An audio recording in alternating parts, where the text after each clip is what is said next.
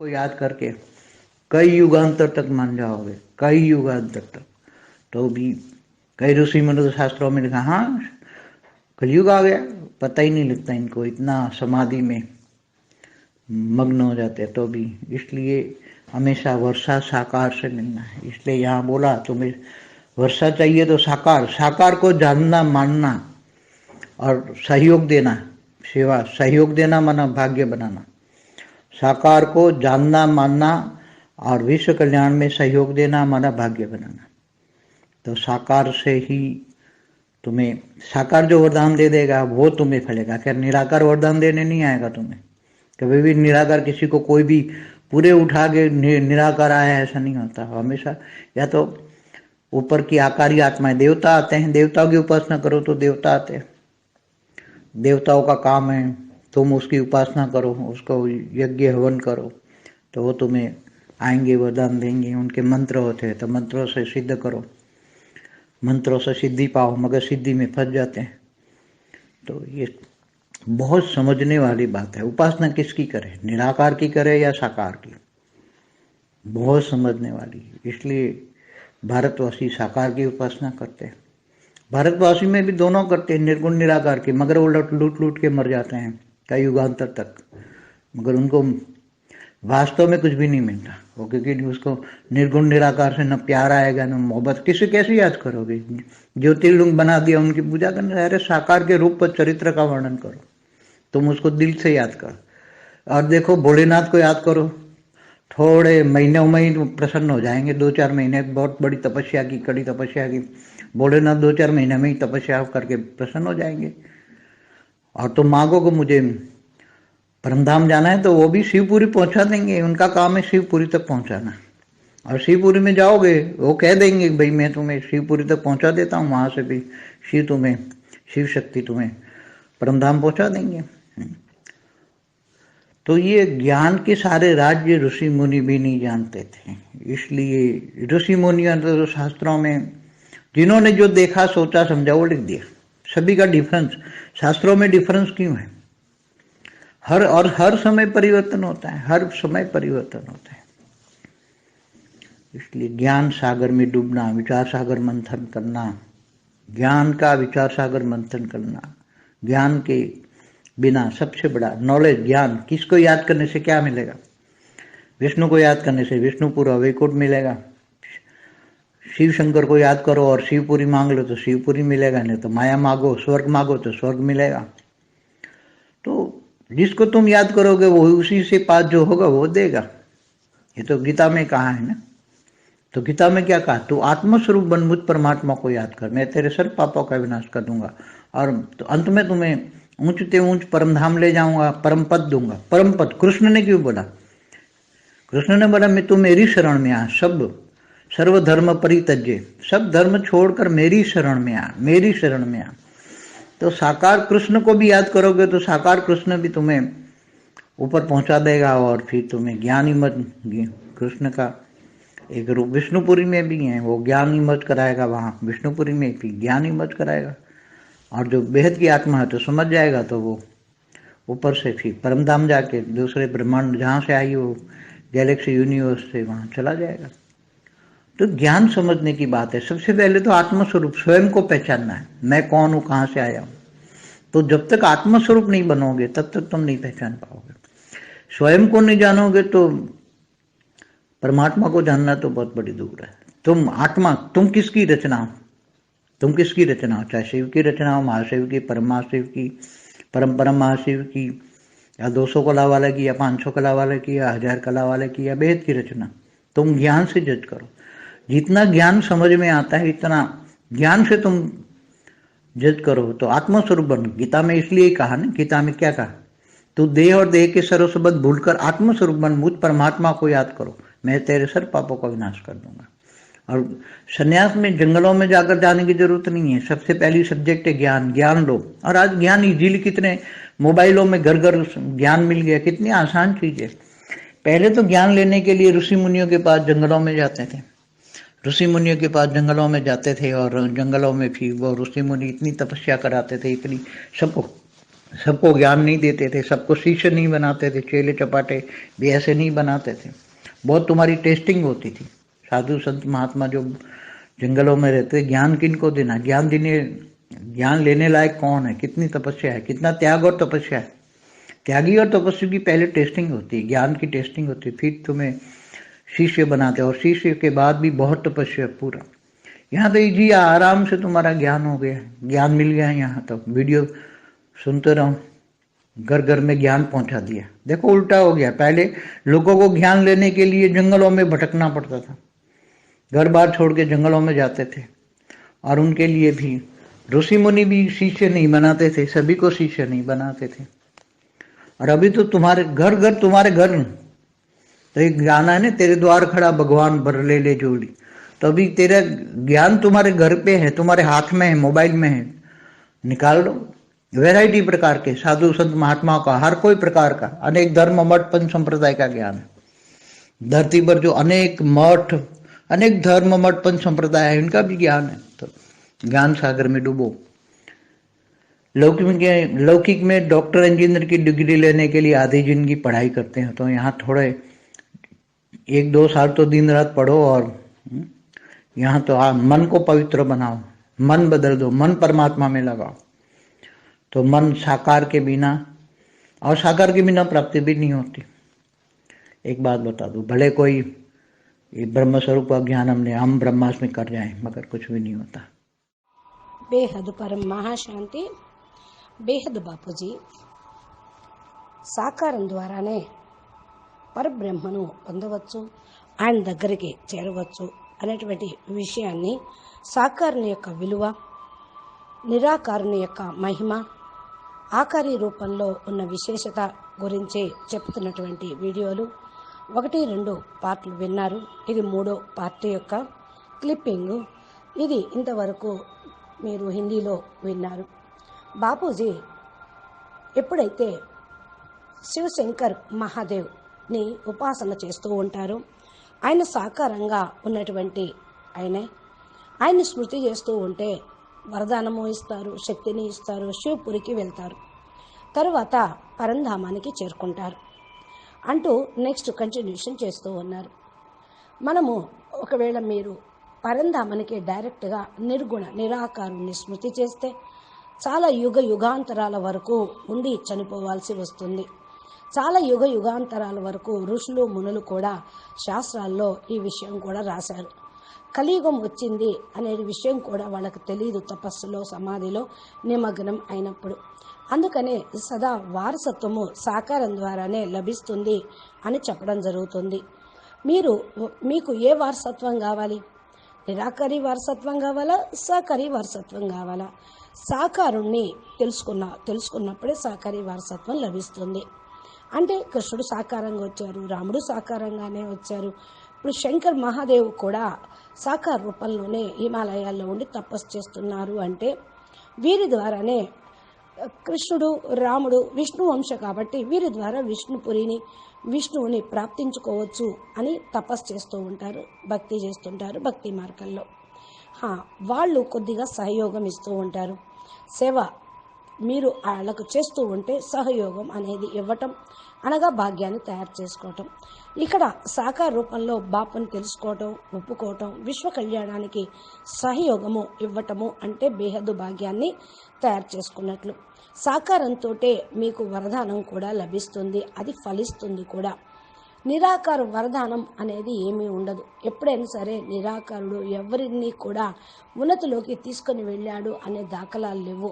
నిరాకారుడు వచ్చారు అంటే ఆయన ఆకారి రూపంలో, సాకారాన్ని రూపంలోనే వస్తూ ఉంటారు. ఆకారి దేవతలు కూడా ఈ విధంగానే వస్తూ ఉంటారు. దేవతల యొక్క ఉపాసన చేయండి, దేవతలు వస్తారు. దేవతల యొక్క పని ఏంటి? వాళ్ళకి కావాల్సింది, మీకు కావాల్సింది ఇవ్వటం. మీరు వాళ్ళకేం కావాలని చేస్తూ ఉంటారు? యజ్ఞము, హోమము చేసినప్పుడు దీని యొక్క ఆవిర్భాగం వారికి లభిస్తూ ఉంటుంది, అదే వారికి ఆహారము. అలా మీరు చేసినప్పుడు వారు మీకు వరదానం ఇస్తూ ఉంటారు. వారి యొక్క మంత్రాలను మీరు జపం చేస్తూ ఉంటారు. మంత్రంతో సిద్ధి అనేది లభిస్తూ ఉంది. మంత్రాలతోటి సిద్ధిని పొందాలి అనగా సిద్ధిలోనే మరలా ఇరుక్కుపోకూడదు. చాలా అర్థం చేసుకోవాల్సినటువంటి విషయాలు. మరి ఇంతకు ఉపాసన ఎవరి ఉపాసన చేయాలి? నిరాకారుడుగా, సాకారుడుగా? జ్ఞానం అర్థం చేసుకున్నప్పుడు నిరాకారుడు ఎవరు, సాకారుడు ఎవరు అని గ్రహిస్తారు. అప్పుడు మీరు ఉపాసన చేయవచ్చు. భారతవాసీలు ఎక్కువగానే సాకార రూపంలోనే ఉపాసన చేస్తూ ఉంటారు. హిందూ సనాతన దేవీ దేవతా ధర్మంలో భారతవాసీలు 2 రకాలుగా చేస్తూ ఉంటారు. నిర్గుణోపాసన, సగుణోపాసన, జ్యోతిర్లింగోపాసన కూడా చేస్తూ ఉంటారు. కానీ కొంచెం అర్థం చేసుకోవాలి. చాలామంది ఈ యొక్క నిరాకారుణ్ణి, బిందువుని అని జ్ఞాపం చేస్తూ యుగాంతరాల వరకు ఉన్నారు. వాస్తవంగా ఇది కూడా కరెక్ట్ కాదు. ఇప్పుడు ప్రస్తుత సమయం అనుసారంగా నిర్గుణ నిరాకారుడు ప్రేమ ఎలా ఇస్తాడు? ఆయన ప్రేమించడం వస్తుందా? ఆ ప్రేమను మీరు ఎలా అర్థం చేసుకుంటారు? సాకారము ఉంటే హృదయము, ప్రేమ, భావన ఉంటూ ఉంటాయి. భలే ఆయన సాకారంగా వచ్చినప్పటికీ కూడా భావాతీతు, గుణాతీతు, కర్మాతీతం ఆయన పిల్లల్ని, వారసుల్ని చూసినప్పుడు ఆయన భావంలోకి, ఫీలింగ్లోకి సాకార బాపు వస్తూనే ఉంటారు. అందుకే తప్పకుండా జ్యోతిర్లింగాన్ని తయారు చేసి వాళ్ళు పూజించారు. బాపు సాకార రూపంలో ఉన్నారు. ఈయన్ని పూజించడం భక్తి భావన కాదు. బాపు చెప్పినటువంటి జ్ఞానాన్ని జీవితంలో ధారణ చేసి పురుషార్థం చేయాలి. ఈ విధంగా ఉపాసన చేస్తూ ఉండాలి. సాకార రూపంలో చరిత్ర అనేది ఉంది, దాన్ని వర్ణన చేస్తూ ఉంటారు. మీరు ఆయన్ని మనసుపూర్వకంగా, హృదయపూర్వకంగా చూసుకోండి. భోలానాథుడిని జ్ఞాపం చేయండి. చాలా కష్టాల్లో మరి ఉన్నప్పటికీ కూడా మీకు జ్ఞానము అందిస్తుంటారు. మళ్ళా గుహ్యమైనటువంటి జ్ఞానంతో మీరు ప్రసన్నంగా కూడా అయిపోతారు. 2-3 నెలల్లోనే చాలా గొప్ప తపస్సులోకి మీరు వెళ్ళిపోతారు. చాలా తపస్సు చేయగా భోలానాథుడు 2-4 నెలల్లోనే మీకు తపస్సుకు ప్రసన్నమయ్యి మీరు అడిగిన కోరిక కూడా ఇస్తూ ఉంటారు. నాకు పరంధామానికి వెళ్ళాలి అని ఆయన్ని కోరుకోండి. నాకు జ్ఞానం కావాలని కోరుకోండి. శివపురికి వెళ్ళాలని కోరుకోండి. అంతేకాని ఇక్కడ స్థూలమైన వస్తు వైభవాలు, వినాశనమైనటువంటి కోరికలు, పంచతత్వాల ప్రపంచంలో కోరికలు కోరితే అది మీకు లభిస్తాయి. కానీ దానివల్ల మళ్ళీ ఇక్కడ ఇరుక్కుపోవటమే కదా. కానీ జ్ఞానం కోరుకుంటే శివపురికి వెళ్ళాలి అంటే మీరు అక్కడికి చేరుస్తాడు ఆయన. దాంతో మీరు పరంధామానికి వెళ్ళిపోగలుగుతూ ఉంటారు. అందుకనే నేను మీకు శివపురి వరకు చేరుస్తాను అని చెప్పడం జరిగింది. ఎక్కడి వరకు? శివుడు శివపురి వరకు చేరుస్తాడు. మరలా శివశక్తి మిమ్మల్ని పరంధామానికి చేరుస్తారు అని నేను చెప్తూ ఉన్నాను అంటున్నారు బాపూజీ. ఈ జ్ఞానము అన్ని రహస్యాలను కలిగింది. బేహద్దు జ్ఞానము బేహద్దు రహస్యాలను కలిగి ఉంది. ఋషులు మునులకు ఇది తెలియదు కాబట్టి వాళ్ళు శాస్త్రాల్లో ఉన్న మాటలను చూసి ఆలోచించి అర్థం చేసుకొని రాసినవి మరి డిఫరెన్స్గా, శాస్త్రాల్లో డిఫరెన్స్గా ఎందుకు ఉన్నాయి ఆలోచించి దాన్ని పరివర్తన కొద్దిగా చేశారు. కానీ వేదాల్లో, శాస్త్రాల్లో జ్ఞానం ఉన్నది. ప్రస్తుత సమయంలో కలియుగంలో మానవులకి ఇవి అర్థం కావేవని కొన్ని మార్చారు. అందుకని మీరు ఏదైనా శాస్త్రం మీరు డైరెక్ట్గా చదువుకోండి, వినండి. ఆ జ్ఞాన సముద్రంలో మీరు మునిగిపోండి. విచార సాగర మతనం చేయండి.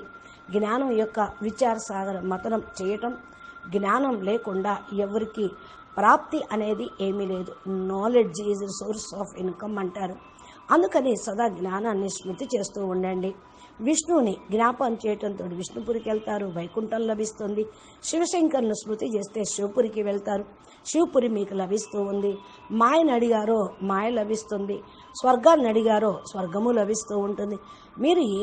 మీకు ఏది కావాలో, ఏది అడగాలో మీరు నిర్ణయించుకొని దానికోసం ఉపాసన, సాధన అనేది చేయండి. వారి దగ్గరికి వెళ్తారు, అవే మీకు లభిస్తూ ఉంటాయి. అందుకే గీతలో కూడా ఈ మహావాక్యం చెప్పారు. మీరు ఆత్మస్వరూపంగా అయ్యి నన్ను పరమాత్మని జ్ఞాపం చేస్తే నేను మీ పాపాలని వినాశనం చేస్తాను అన్నాడు. అంతిమంలో మిమ్మల్ని ఉన్నతోన్నతమైన పరంధామానికి తీసుకుని వెళ్తాను, పరంధామం యొక్క పరం పదాన్ని ఇస్తాను అని. ఇక్కడ పరం పదం కృష్ణుడు అని ఎందుకు ఉపయోగించాడు ఆ మాటని కృష్ణుడు చెప్పాడు. నేను మీకు శరణులోకి వస్తున్నాను అని చెప్పమన్నాడు. ఇక్కడ సర్వ పాపాలను తొలగించి ఉన్నతోన్నత పరంధామము అంటే కృష్ణుడు కేవలం ఈ యొక్క పరంధామంలోనే మరి ఉన్నవాడు, ఈ యొక్క ప్రపంచంలో ఉన్నవాడు, ఈ బ్రహ్మాండంలో ఉన్నవాడు. మరి ఉన్నతోన్నతమైన పరంధామం ఏంటి? ఇలాంటి బ్రహ్మాండాలు అనంతం ఉన్నాయి, మహాబ్రహ్మాండాలు ఉన్నాయి, పరం మహాబ్రహ్మాండాలు ఉన్నాయి. దీనికి పైన ఏదైతే బేహద్దుకే బేహద్దు మరి పవరు ఉన్నదో, కళల బేహద్దుకే బేహద్దు కళల పరంధామం ఉందో, అది అన్నిటికంటే కూడా ఉన్నతోన్నతమైన పరంధామం. అక్కడికి తీసుకుని వెళ్ళి మీకు పరం పదం ఇస్తాను అని ఆల్మైటీ అథారిటీ గీతా జ్ఞానం ద్వారా మీకు చెప్పడం జరిగింది.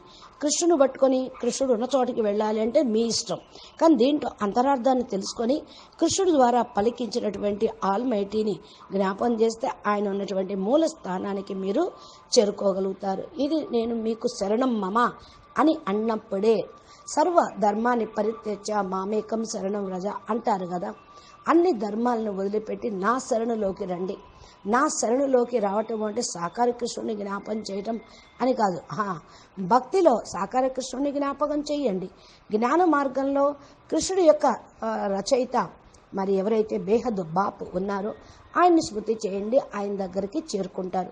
మీ లోపల జ్ఞానం కూడా ఎమర్జ్ అవుతుంది. కృష్ణుడి యొక్క రూపమే విష్ణుపురిలో కూడా ఉన్నది. మరి జ్ఞానం ఎమర్జీ చేయించేవాడు అక్కడ విష్ణుపురిలోని కాదు, ఇంకా పైన ఉన్నటువంటి ఆల్మైటీ అథారిటీనే ఎమర్జ్ చేయిస్తూ ఉంటారు. మరి ఎవరైతే బేహద్దు ఆత్మలు ఉన్నారో మరి వాళ్ళందరూ కూడా పరంధామానికి వెళ్ళి అక్కడ నుండి ఆత్మ మీ యొక్క ఆత్మ రచన ఎక్కడైతే జరిగిందో అక్కడికి తీసుకొని వెళ్ళటం జరుగుతుంది. గెలాక్సీ నుంచి వస్తే గెలాక్సీ, యూనివర్స్ నుండి వస్తే యూనివర్స్కి వెళ్ళాలి. మరి అక్కడికి ఎందుకు వెళ్ళాలి? బేహద్దు జ్ఞానము విన్నా అనే అనుమానం మీకు రావచ్చు. ఎందుకంటే ఆ ఆత్మ అక్కడే క్రియేట్ చేయబడింది. అంతవరకే వాళ్ళ ఆత్మలో పార్టు జ్ఞానము ఎనర్జీ లెవెల్స్ ఉంటాయి. అంతకంటే ఇక పైకి ఆ ఆత్మ వెళ్ళలేదు. వాళ్ళ ఆత్మలో ఎంతవరకు కళ ఉంటుందో, ఎంత పవర్ ఉంటుందో అంత పవర్ వరకు వాళ్ళు బేహద జ్ఞానం ద్వారానే వెళ్ళటం జరుగుతుంది. ఇంకెవరు అక్కడికి తీసుకుని వెళ్ళే మార్గం చెప్పేవాళ్ళు లేరు. జ్ఞానం అర్థం చేసుకోవాల్సిన విషయం అన్నిటికంటే ఫస్ట్ ఆత్మస్వరూపం స్వయం మిమ్మల్ని మీరు గుర్తించటం. నేనెవరు, ఎక్కడి నుంచి వచ్చాను అనే విషయాన్ని ఎంతవరకైతే ఆత్మస్వరూపంలో మీరు తెలుసుకోరో అంతవరకు మిమ్మల్ని మీరు గుర్తించలేరు. స్వయాన్ని కూడా మీరు పొందలేరు, ఆత్మను కూడా తెలుసుకోలేరు. ఇంత చాలా దూరంగా అయిపోతూ ఉంటారు. మీరు ఆత్మ ఎవరి యొక్క రచన?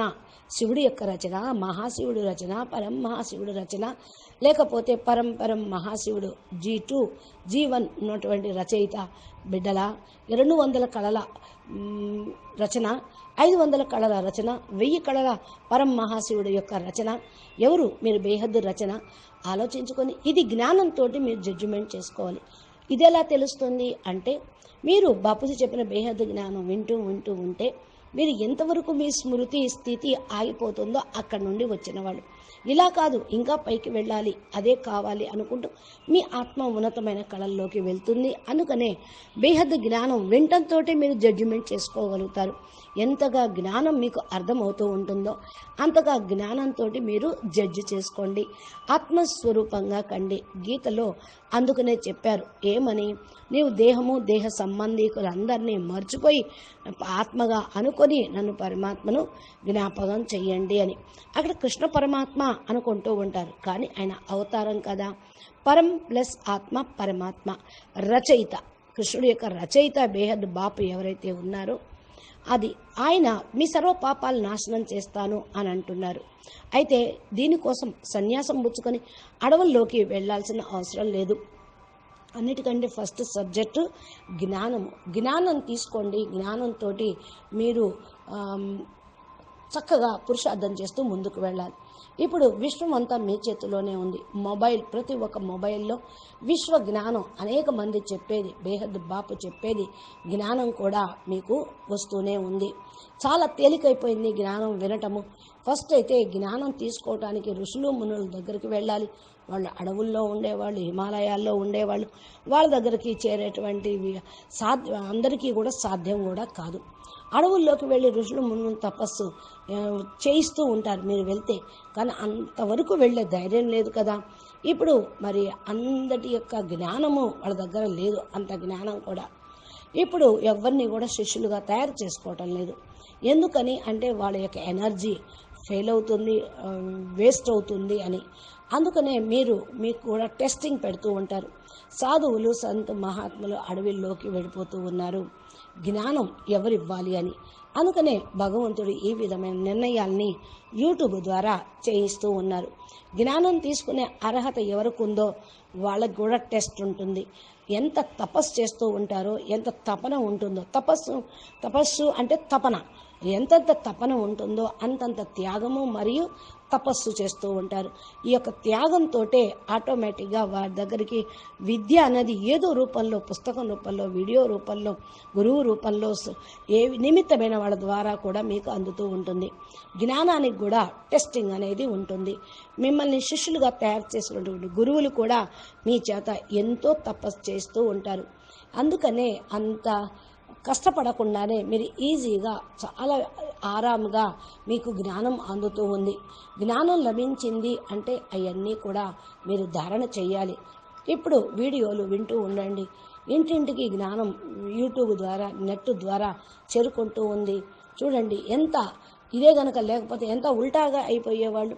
ఫస్ట్ మానవులు జ్ఞానం తీసుకోవడానికి అడవులు వెళ్ళి భ్రమిస్తూ గురువుల్ని, సాధు సన్యాసుల్ని పట్టుకోవాల్సి వచ్చేది. వాళ్ళు వీళ్ళని టెస్ట్ చేసేవాళ్ళు, వాళ్ళ కొంత విద్యను నేర్పేవాళ్ళు. వాళ్ళ దగ్గర పూర్తి సంపూర్ణ విద్యను నేర్చుకోవాలి అంటే చాలా సంవత్సరాలు తపస్సు చేయాల్సి వస్తుంది. పవిత్రత, ఇల్లు వాకిలు వదిలేసి మీరు కూడా వారిలాగా జీవించినప్పుడే మీరు సాధించగలిగేవాళ్ళు. కానీ ఇప్పుడు ఏంటి, బాపూజీ ఇన్ని వీడియోలు పెట్టేశారు ఛానల్లో. చాలామంది ఛానల్లో జ్ఞానం ఉంది, మీరు అన్నీ ఒక్కసారిగా కూడా వినొచ్చు. మీరు వినాలన్న జిజ్ఞాస ఉంటే ప్రొద్దున 24 hours జ్ఞాన వీడియోలు వింటూ వింటూ పుస్తకాలు పఠనం చేస్తూ చేస్తూ మీరు నిర్ణయించుకోండి. జడ్జిమెంట్ మీదే. అందుకని ఇది ఒక్కటే త్వరగా పరమాత్మను చేరేటువంటి రూపము, సాకార రూపము. మీరు జ్ఞానంతో భగవంతుణ్ణి పొందగలుగుతారు. అందుకనే జ్ఞాని ఆత్మలంటేనే నాకు ఇష్టము అని గీతలో చెప్పడం జరిగింది. అంటే మీ దగ్గర మొబైల్లోకి వచ్చేసింది, చేతిలోకి ప్రపంచం అంతా ఉంది, జ్ఞానం అంతా రెడీ అయి ఉంది. ఇక మీరు విని ధారణ చేసి పురుషార్థం చేయటమే ఆలస్యం. మరి వెరైటీ రకాల సాధు మహాత్ములు కూడా వారికి వాళ్ళు నేర్చుకున్నది చెప్తూనే ఉన్నారు. అనేక ధర్మాలు, మట్ట సంప్రదాయాల నుండి జ్ఞానం కూడా వస్తూనే ఉంటుంది. ఈ భూమి మీద ఇవన్నీ కూడా ఉండనే ఉన్నాయి. కానీ ఒకటే పరమ జ్ఞానము, అది ఏ పుస్తకంలో రాయబడలేదు. అంటే ఆ పరమ జ్ఞానం చెప్పేటువంటి బాపూజీ తన దివ్య స్వరూపంతో చూసి స్వయంగా అనుభవం పొంది బేహద్దు టైం ట్రావెలింగ్ చేసి బాపూజీ ఆ జ్ఞానాన్ని చెప్తూ ఉన్నారు. చూడండి, స్థూలంగా కూడా ఒక డాక్టర్, ఇంజనీర్ డిగ్రీ తీసుకోవాలంటే సగం జీవితం ఆ చదువుకే వెచ్చించాల్సి వస్తూ ఉంటుంది. ఇక్కడ 1-2 సంవత్సరాల్లో రాత్రింబవడు మీరు చదివారు, సంపూర్ణంగా మీకు జ్ఞానం అనేది లభిస్తుంది. మనసు పవిత్రంగా అయిపోతూ ఉంటుంది, మీ మనసు మారిపోతుంది. మనసు పరమాత్మ వైపు లగ్నం చేయగలుగుతారు. మనసు సాకారం లేకుండా లగ్నం చేయటం కష్టం. అందుకని బాపూజీ సాకార రూపంలోకి రావటం అనేది జరిగింది. ఒక్క విషయం మీరు బాగా అర్థం చేసుకోండి, సాకారం ద్వారా బేహద్దు ప్రాప్తి. ఈ ఒక్క మాట మీకు అందుకనే చెప్తూ ఉన్నాను. భలే బ్రహ్మస్వరూపమైనటువంటి జ్ఞానం మనం ఇస్తూనే ఉన్నాం. అహం బ్రహ్మస్మి అంటే ఇదే. మీరు పరం లైట్, పరం స్వరూపం, బాపు యొక్క పిల్లలు అనే విషయాన్ని మీకు మరలా జ్ఞాపకం చేయిస్తూ ఉన్నాం. అచ్చా, పరం శాంతి, నమస్తే, ధన్యవాదాలు. బాపూజీ ఇంత గొప్పగా చెప్పినటువంటి జ్ఞానం యొక్క ప్లేలిస్టు ఉన్నది. హిందీ, తెలుగు ఉన్నాయి. బాపూజీ అద్భుత జ్ఞానం ఉన్నది. పాత వీడియోలు కూడా ఉన్నాయి. ఇవన్నీ మీరు రోజు జ్ఞాని, మహాజ్ఞాని, మాస్టర్ జ్ఞాన సాగర్లుగా కావాలి అంటే మునగాలి, సముద్రంలో మునగాలి. అప్పుడే రత్నాలు, వైడూర్యాలు అన్నీ వస్తాయి, సిరి సంపదలు లభిస్తాయి. బాపు యొక్క వరదానం కూడా మీకు లభిస్తూ ఉంటుంది. అందరూ కూడా బ్రహ్మ స్వరూపంగా అయిపోతారు. ఈ జ్ఞానం అదే. అహం బ్రహ్మస్మి అంటే నేను పరం లైట్, పరం శాంతి స్వరూపాన్ని, పరం సుఖ స్వరూపాన్ని అని స్మృతిలో ఉంచుకోవటమే. ఇంకా అర్థం కాకపోయినా యూట్యూబ్లోకి వెళ్ళి మీరు మా ఛానల్ని సబ్స్క్రైబ్ చేసి గంట సింబల్ని ప్రెస్ చేస్తే బాపూజీ రోజు అప్లోడ్ చేసే తెలుగు వీడియోలు మీ మొబైల్కి నోటిఫికేషన్ రూపంలో వస్తూ ఉంటుంది. ఇలాంటి జ్ఞానం కావాలని తపన ఉన్నటువంటి ఆత్మలకు నా వీడియోల్ని షేర్ చేయండి. జ్ఞానదానమే మహాదానము. ఫ్రీగా భగవంతుడు అందరికీ జ్ఞానాన్ని పంచుతున్నారు. ఇది వినటానికి ఆన్లైన్ క్లాసులకైనా దేనికైనా నో ఫీజ్. మన ఫ్యూజ్ని ఆయనకి ఇవ్వటమే. ఫీజులు ఇక్కడ కట్టాల్సిన పని లేదు. అచ్చా, పరం శాంతి. నమస్తే, ధన్యవాదాలు. బేహద్ పరం మహాశాంతి.